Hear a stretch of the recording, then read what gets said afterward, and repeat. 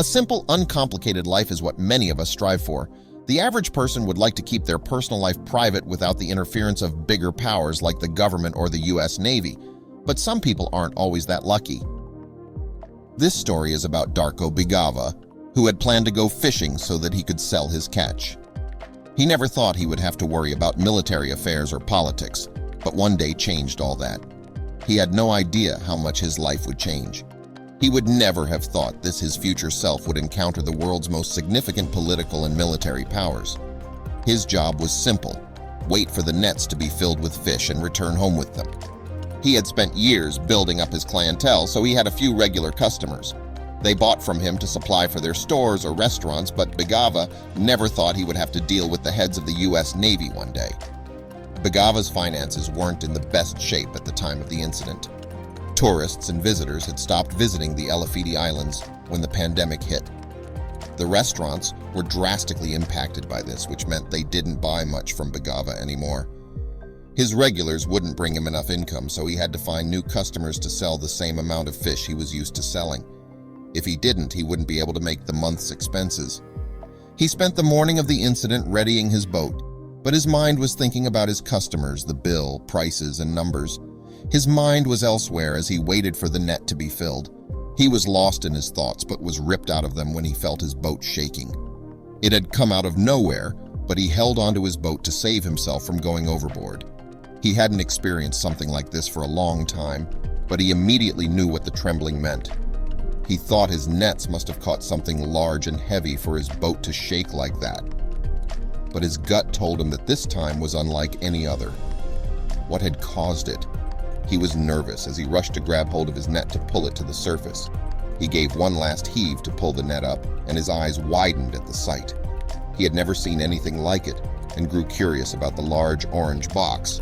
He found a sensor attached to it, but had no idea what it was or what it was used for.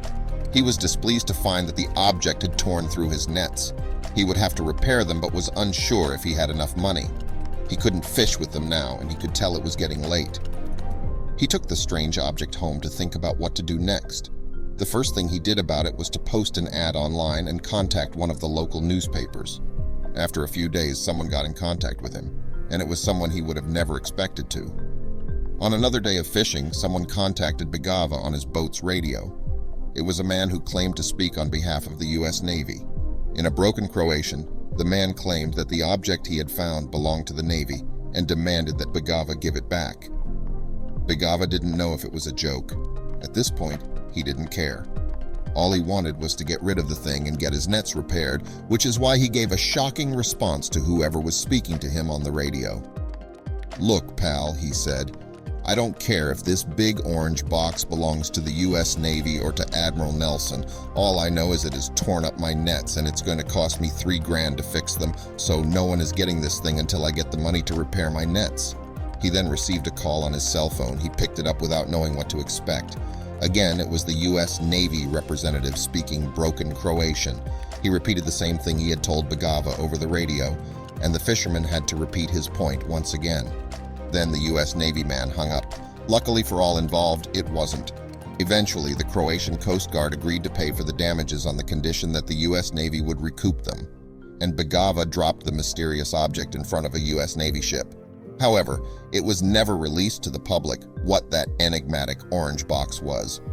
Bigava resumed his simple and comfortable life and decided not to worry about the matter any further, perhaps for his own good. But Bigava wouldn't be the only person to find a mysterious object in the ocean while minding his own business. Married couple and deep-sea divers Aaron and Camilla would stumble onto the same fate. Unknown to them, their finding would open decades worth of old wounds, sending more than the US Navy after them. Aaron and Camilla were marine biologists hailing from California. They had made a name for themselves as skilled deep-sea divers who worked diligently to study and save marine life. Camilla held a PhD from Duke in marine biology, while her husband, a celebrated diver, was pursuing his master's in the same.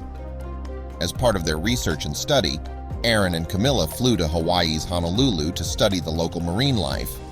Aaron's dissertation focused on studying the uniqueness of the area's marine life, while Camilla examined the effects of the local volcanic terrain on ocean life. But they would end up uncovering more than they could stomach. The day the incident occurred was like many in Aaron and Camilla's life. The trip to Honolulu was the perfect mix of work and vacation, and the couple did their best to enjoy the ambiance that came with being in Hawaii. With their gear set, they took a local boat into Honolulu's azure blue waters and got ready to start their study. They had no idea what horrors awaited them below the water's surface. Aaron and Camilla started by surveying the area and mapping it for objective analysis. After a quick audio log, they got into their scuba suits and plunged into the welcoming waters. Aaron took the lead as he was more practiced in diving than his wife, who always dusted him when it came to biology. Camilla dove in after Aaron, following him as he swept the ocean floor with his equipment.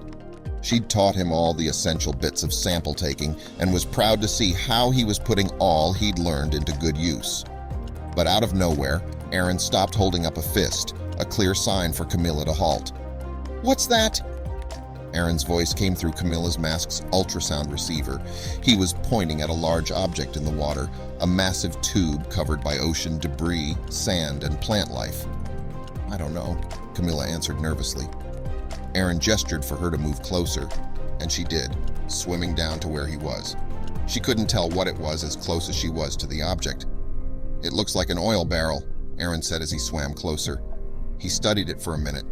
"A part of it is buried into the ocean bed," he reported, handing over his sampling tools to Camilla. "Want to dig it out?" Camilla asked, already knowing what her husband was thinking. When Aaron and Camilla started digging out the object, they realized it was bigger than they had imagined. But excavating it, they stumbled upon a few words that revealed what they were dealing with. 15 nuclear explosive, the cylinder inscription read, and Aaron immediately asked Camilla to swim back to the surface. He followed her as fast as he could, hopping onto their boat and hurrying back to shore. He pulled out his phone and called the local authorities, knowing such a weapon was too dangerous to remain where it was. Little did he know what he was stepping into. The police flocked the beach in no time, bringing in the Coast Guard and the military to ascertain the credibility of Aaron and Camilla's claims. What they found left everyone in awe. The military confirmed that the cylinder was indeed a nuclear explosive that could flatten a massive part of Honolulu if it went off. But the story behind it was what was exciting and heartbreaking at the same time. The report the experts brought back was that the cylinder was a 3.8 megaton explosive that was still armed.